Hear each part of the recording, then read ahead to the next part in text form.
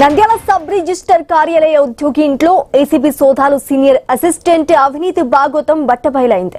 గోపాలరావు అక్రమంగా 2,80,00,000 స్థిరచారాస్తులు వెనకేసుకున్నట్లుగా సోదాల్లో వెల్లడైంది. ఆదాయానికి మించి ఆస్తులు ఉన్నాయన్న పక్కా సమాచారంతో కర్నూలు ఇన్ఛార్జ్ డీఎస్పీ సీతారామరావు ఆధ్వర్యంలో అధికారులు ఏకకాలంలో 6 ప్రాంతాల్లో విస్తృత తనిఖీలు చేపట్టారు.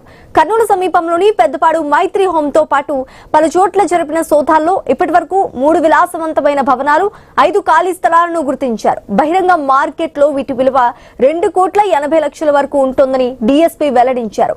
బ్యాంక్ లాకర్లు, బంగారం, వెండి ఆభరణాల లెక్కలు తేలాల్సి ఉంది.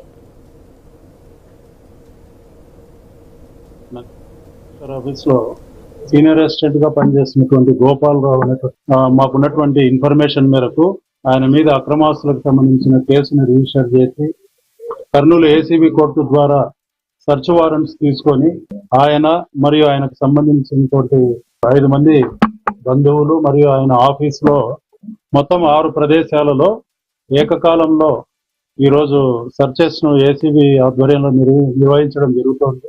గోపాలరావు ఉన్నటువంటి ఈ house G+2 triplex house, Kurnool Balaji Nagar లో ఒక 3 అంతస్తుల భవనము, అలాగే ఉల్చాల రోడ్ లో ఒక 2 అంతస్తుల భవనము, అదేవిధంగా 5 స్థలాలు, ఇంటి స్థలాలు, ఒక కారు, ఇవన్నీ కూడా మేము గుర్తించడం జరిగింది. ఇప్పటికీ ఇంకా గోల్డ్ అండ్ జ్యువెలరీ కానీ వీటన్నిటి గురించి కూడా కూలంకషంగా సర్చెస్ చేయడం జరుగుతుంది.